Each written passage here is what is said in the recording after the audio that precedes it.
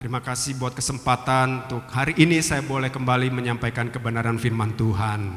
Saya percaya keadaan Bapak Ibu semua dalam keadaan baik, amin. Coba kasihkan senyum kiri kanan. Kamu baik kan? Are you okay? Semua yang hadir di sini lagi gak punya masalah kan? Gak punya? Ya, mari WL kembali lagi, kita akan tutup dalam doa. Karena semuanya tidak punya masalah. Banyak ya? Oke, gak usah disebutkan nanti lama, waktu saya terbatas. Ya Bapak Ibu Saudara kasih Tuhan, ya sekali lagi katakan kiri kanan, yuk sama-sama belajar dari kebenaran firman Tuhan. Ya, pada pagi hari ini saya rindu menyampaikan firman Tuhan, ya khotbah yang saya mau sampaikan.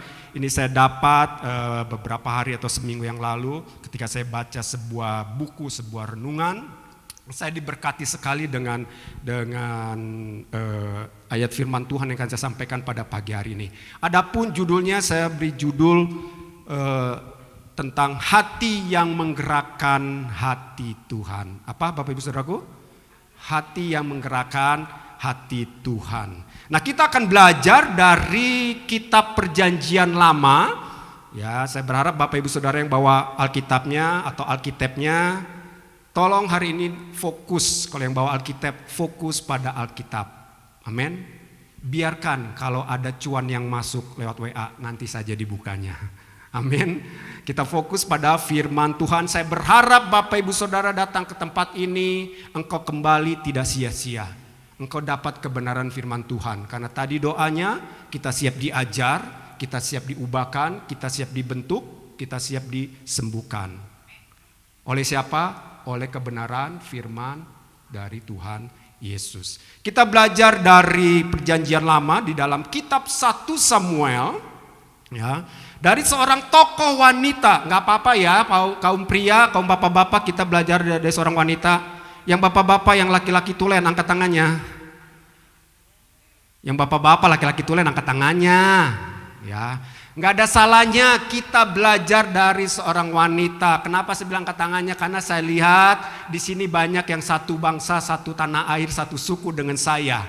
Ya, wajah-wajah segi enam, orang-orang Batak. Jujur, apalagi orang Batak laki-laki, agak susah yang namanya menundukkan diri, merendahkan diri. Iya apa iya? Oh, haleluya. Kebanyakan kayaknya sebelah kiri saya dengar kayaknya yang perempuan, yang ibu-ibu agak ina-ina namanya. Ya, yang jawab. Jangan-jangan lagi kepahitan ya itu ibu-ibu yang jawab ya. Enggak ya. Ya, kita belajar dari 1 Samuel pasal yang pertama. Nanti Bapak Ibu Saudara bisa baca lagi di rumah ya, satu pasal itu habis supaya kita lebih mengerti lagi apa yang terjadi di dalam pasal 1 ini, 1 Samuel. Ya, dikatakan judulnya ayat yang pertama, lahirnya Samuel. Ya, kita akan baca nanti di dalam ayat 6 sampai ke 7 fokusnya. Tapi saya akan bacakan dulu ayat pertama, dikatakan, saya akan bacakan. Ada seorang laki-laki dari Ramathaim, Zofim, dari pegunungan Efraim, namanya Elkana bin Yeroham, bin Elihu, bin Tohu, bin Zub, seorang Efraim. Perhatikan. Orang ini mempunyai berapa bapak-bapak? Bapak-bapak yang saya tanya. Berapa? Loh, kok bapak-bapak diam ya? Mempunyai 2 istri. Yang seorang bernama Hana dan yang lain bernama Penina. Penina mempunyai anak tetapi Hana tidak. Kenapa saya suruh bapak-bapak yang jawab? Ya. Orang ini mempunyai 2 istri. Ya, sedikit saja saya juga sudah beristri. Maaf kalau ada yang ngefans sama saya, kalau minta tanda tangan nggak apa-apa ya. Ya, kalau minta nomor rekening saya nggak apa-apa. Ya, lebih daripada itu nggak boleh. Ya, di sini mengingatkan, memang dalam Perjanjian Lama kita melihat ada beberapa ya orang yang mempunyai istri lebih daripada 1, lebih daripada 2, hebat sekali gitu ya. Lebih pada 2 ya. Abraham juga mempunyai istri lebih daripada 1 ya. Tetapi buat sekarang kita diingatkan bahwa seorang suami cukup hanya punya 1. Ibu jangan ibu yang jawab. Seorang satu istri, dah satu aja nggak habis-habis. Ya. Nah, apa yang kita pelajari dari sini bukan kita belajar tentang seorang laki-laki punya 2 istri, bukan. Tapi kita akan fokus kepada satu tokoh, istri dari siapa namanya? Elkana. Istri pertamanya itu bernama Hana. Apa yang terjadi dengan Hana? Di dalam ayat ke-6, kita loncat ke dalam ayat ke-6, dikatakan tetapi madunya, ya, siapa madunya? Yaitu Penina. Tetapi madunya selalu menyakiti hatinya supaya ia gusar karena Tuhan telah menutup kandungannya.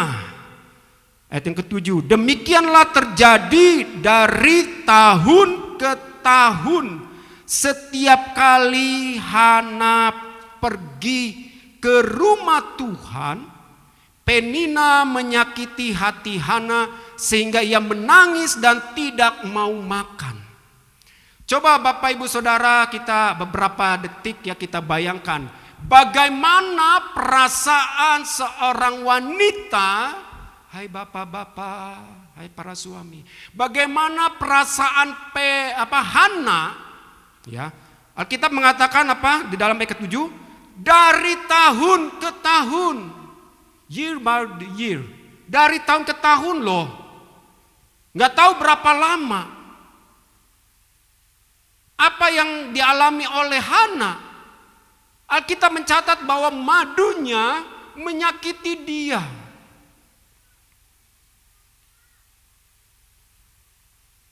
Ya mungkin juga kita nggak usah angkat tangan, termasuk saya, kita semua pernah mengalami yang namanya disakiti. Setuju? Setuju? Jujur aja. Atau di sini kebanyakannya yang menyakiti. Tersangka bukan korban. Ya, kita ngambil jalan tengahnya aja supaya saya juga aman ya.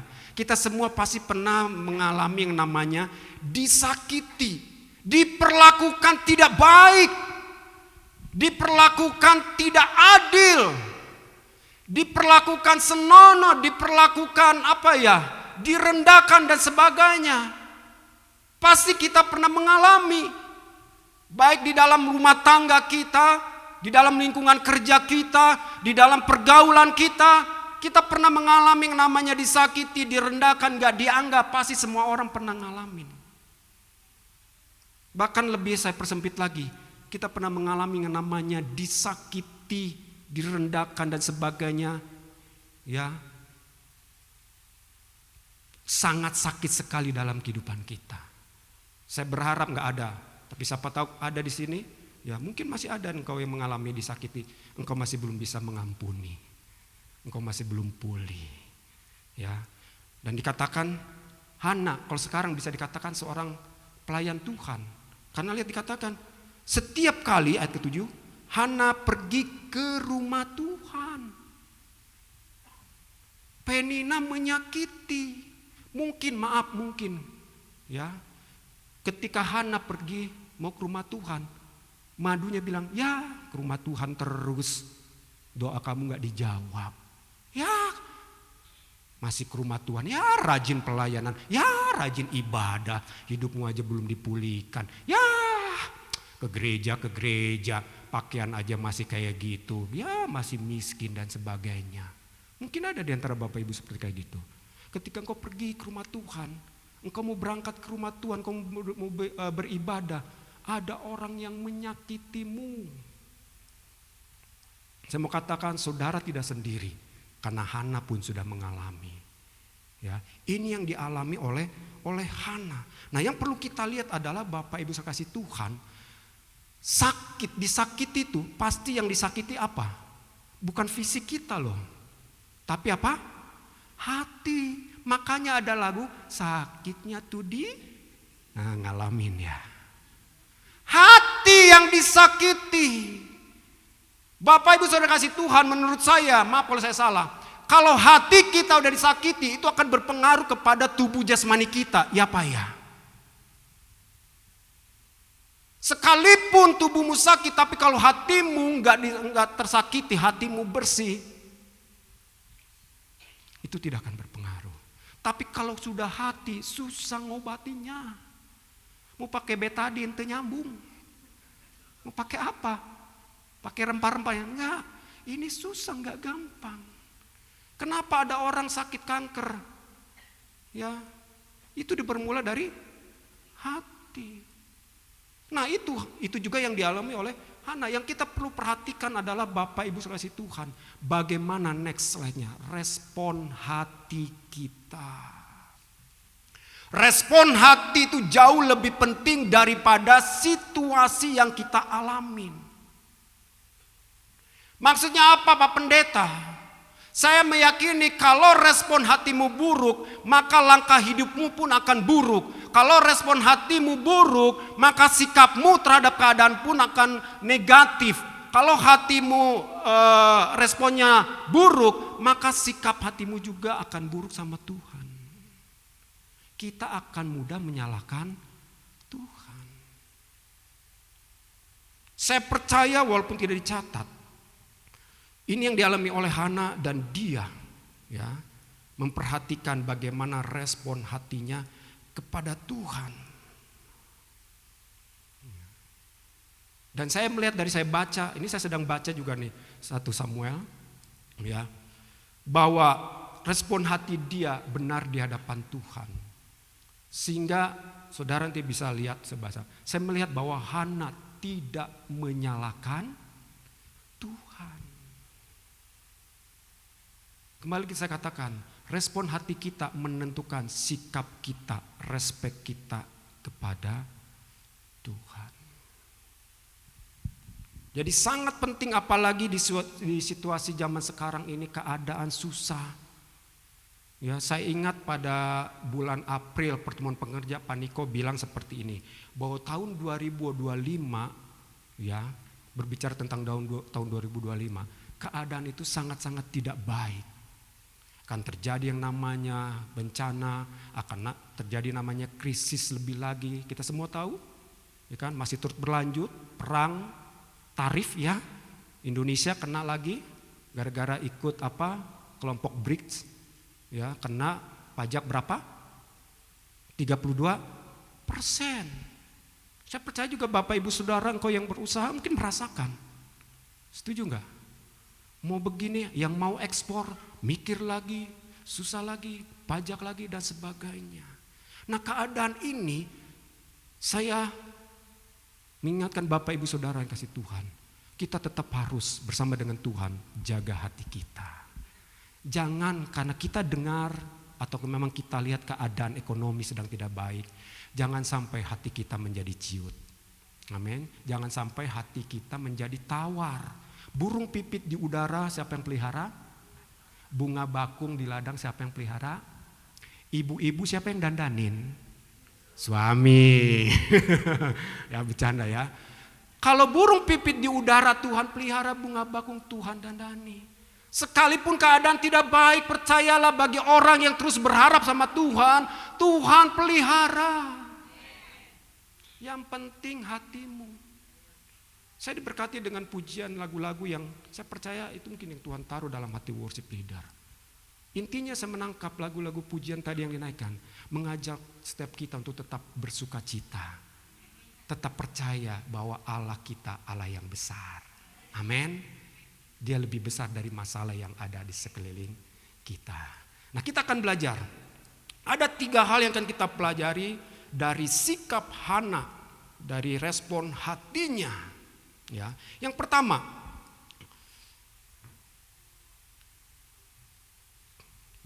berbicara bahwa Hana itu memiliki hati yang lembut. Kalau Bapak Ibu Saudara terus baca sampai dengan ayat yang pasal yang kedua, pasal yang kedua berbicara tentang bagaimana Hana memberikan puji-pujian kepada Tuhan, ya, karena Tuhan menjawab doanya. Tuhan mengabulkan apa yang menjadi kerinduan dalam hatinya. Nah, yang pertama yang kita pelajari adalah di tengah situasi kondisi keadaan seperti ini, kita perlu memiliki hati yang lembut. Hati yang lembut saat seharusnya keras. Di dalam Amsal pasal 14 ayat yang ke-29 dikatakan, orang yang sabar, apa dikatakan? Besar pengertiannya, tetapi siapa cepat marah membesarkan kebodohannya. Jadi kalau orang cepat marah namanya orang, saudara yang bilang. Orang yang sabar dia akan apa? Besar pengertiannya. Kita semua nggak mau dibilang bodoh kan? Walaupun mungkin kita seringkali bilang orang bodoh mungkin gitu ya. Kalau kita nggak mau dibilang orang bodoh, mari kita belajar ya untuk kita nggak cepat marah. Firman Tuhan katakan cepat mendengar tapi lambat untuk berkata-kata. Tidak gampang memang, tapi kita belajar. Nah maksudnya apa Pak Pendeta? Hati yang lembut saat seharusnya keras. Ada kalanya apa ya? Bukan ada kalanya, memang kita harus memiliki hati yang lembut. Ketika Tuhan menegur kita, udah tahu kita salah, sudah kita jangan keraskan hati. Contoh ketika Saul ditegur oleh Tuhan. Dan Daud ditegur oleh Tuhan melalui kedua nabinya. Apa yang terjadi? Saul ditegur oleh Tuhan, dia keraskan hati. Daud tidak. Dia lembutkan hatinya. Dia sadar. Nah inilah sikap hati yang pertama yang saya yakini. Inilah yang bisa menggerakkan hati Tuhan. Sikap hati yang seperti inilah yang lembut. Di dalam Alkitab, tokoh yang hatinya paling lembut yang dicatat adalah Musa. Kelembutan hati kita ketika Tuhan berbicara, menegur kita, mengajari kita, saya rasa itu akan menyenangkan hati Tuhan. Ya Pak ya, kita yang orang tua, kalau kita punya anak, ketika anak itu taruhlah berbuat kesalahan, kita tegur dan dia, maaf papi, mami, seneng gak?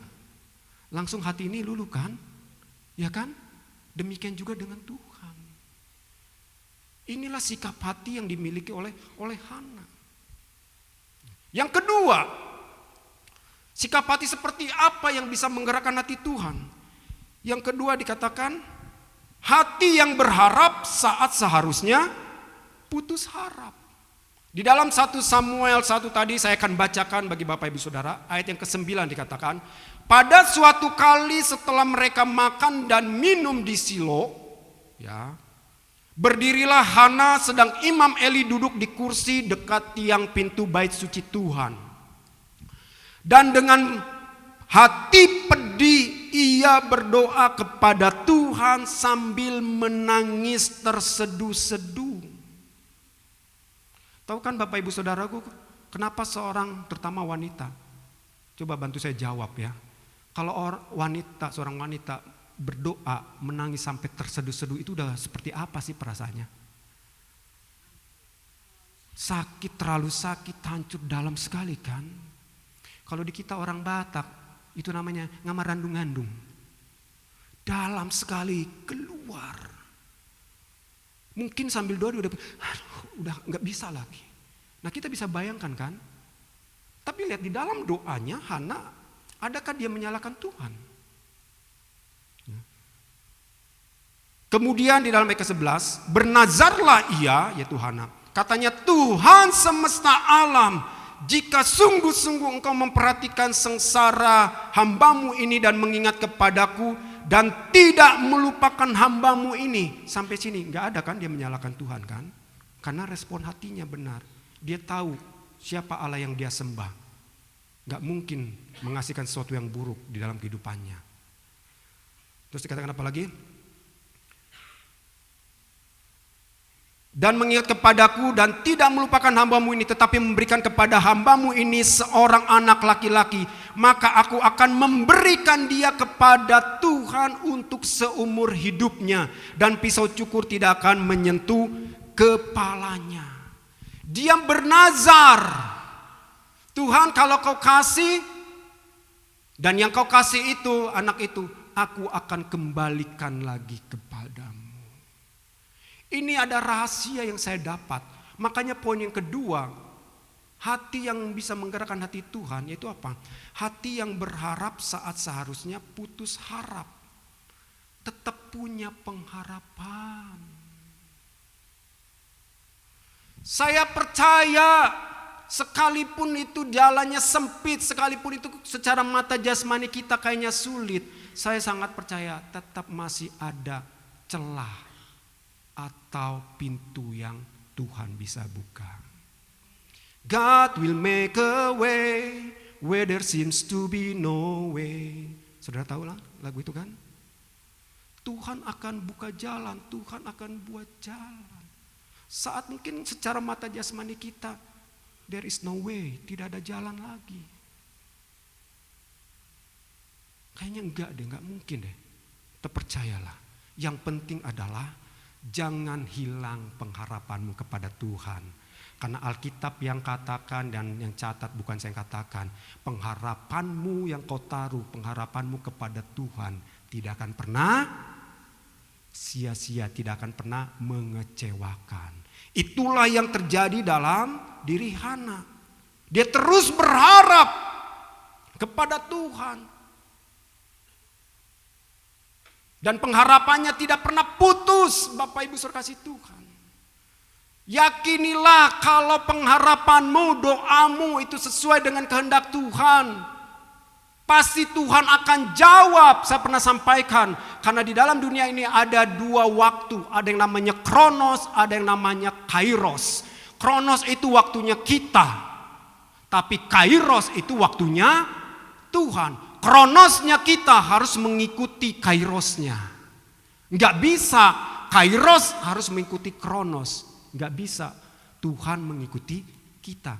Kitalah yang harus mengikuti Tuhan. Inilah yang menggerakkan hati Tuhan. Sikap hati Hana yang menggerakkan hati Tuhan. Dan ini juga yang akan bisa menggerakkan hati Tuhan lewat hati kita. Amin. Jangan pernah putus pengharapan. Saya teringat lagu yang tentang setiap janjimu Tuhan, kusimpan apa? Dalam lubuk hatiku. Terus apa dikatakan lagi? Setiap lewati, setiap janjimu kusimpan. Dan itulah juga yang disimpan dalam hati Hana. Bahwa Tuhan, kalau saudara baca di dalam Alkitab dikatakan Tuhan, semuanya huruf besar, berbicara tentang Sang Pencipta, Sang Penguasa kehidupan kita. Dia tidak pernah hilang putus pengharapan sampai akhirnya Tuhan menjawab dia, Bapak Ibu kasih Tuhan. Amin. Engkau yang sedang berharap, teruslah berharap sama Tuhan. Sampaikan terus pengharapanmu sama Tuhan, jangan pernah kecewa. Amin. Katakan kiri kanan, yuk terus berharap, Tuhan tidak pernah mengecewakan. Next slide-nya. Hati yang berharap, ya, berbicara tentang bahwa harapan yang sejati bersumber pada siapa? Dari keyakinan bahwa Tuhan selalu punya waktu, garis bawahi, selalu punya waktu dan cara terbaik. Dia yang kita sembah tidak pernah kehilangan cara. Gak ada yang namanya jalan buntu bagi Tuhan. Dan dia selalu kasih yang terbaik. Dan caranya akan selalu, ini menurut pengalaman saya bersama dengan Tuhan, caranya yang dia kerjakan dalam menjawab doa saudara dan saya, itu akan selalu membawa kita terheran-heran. Dan kita akan berkata, you are great, kau luar biasa. Amin.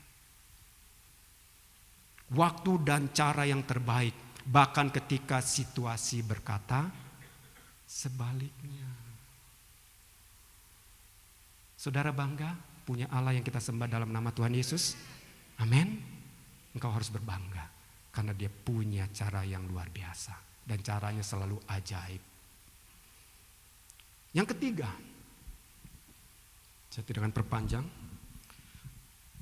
Sikap hati yang ketiga dari Hana yang bisa menggerakkan hati Tuhannya. Yaitu apa? Hati yang memberi saat seharusnya menggenggam. Ayat 27 sampai 28 saya akan bacakan, dikatakan, untuk mendapat anak inilah aku berdoa, dan Tuhan telah memberikan kepadaku apa yang kuminta daripadanya. Lengkap ya saudaraku. Di dalam ayat ke-28 katakan, maka aku pun menyerahkannya kepada Tuhan. Saudara, kata terima kasih, bagaimana saudara memahami kata terima kasih? Ya. Harusnya kita memahami seperti ini, termasuk saya kita belajar. Ketika kita menerima dari Tuhan, tidak semuanya untuk kita nikmati. Paham Bapak Ibu Saudaraku? Terima, ada kata apa? Kasih.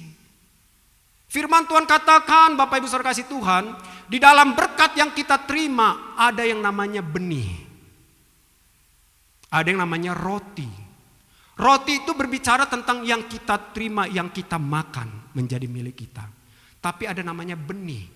Berkat itu Tuhan kasihkan lewat kita, tapi bukan untuk kita makan. Tuhan pakai saudara dan saya untuk apa? Menyalurkan, mengasihkan berkat itu. Kepada siapa Pak Pendeta? Enggak tahu. Gimana Tuhan berbicara kepada saudara dalam hati saudara. Amin. Mungkin saudara dapat kebenaran firman Tuhan. Ya.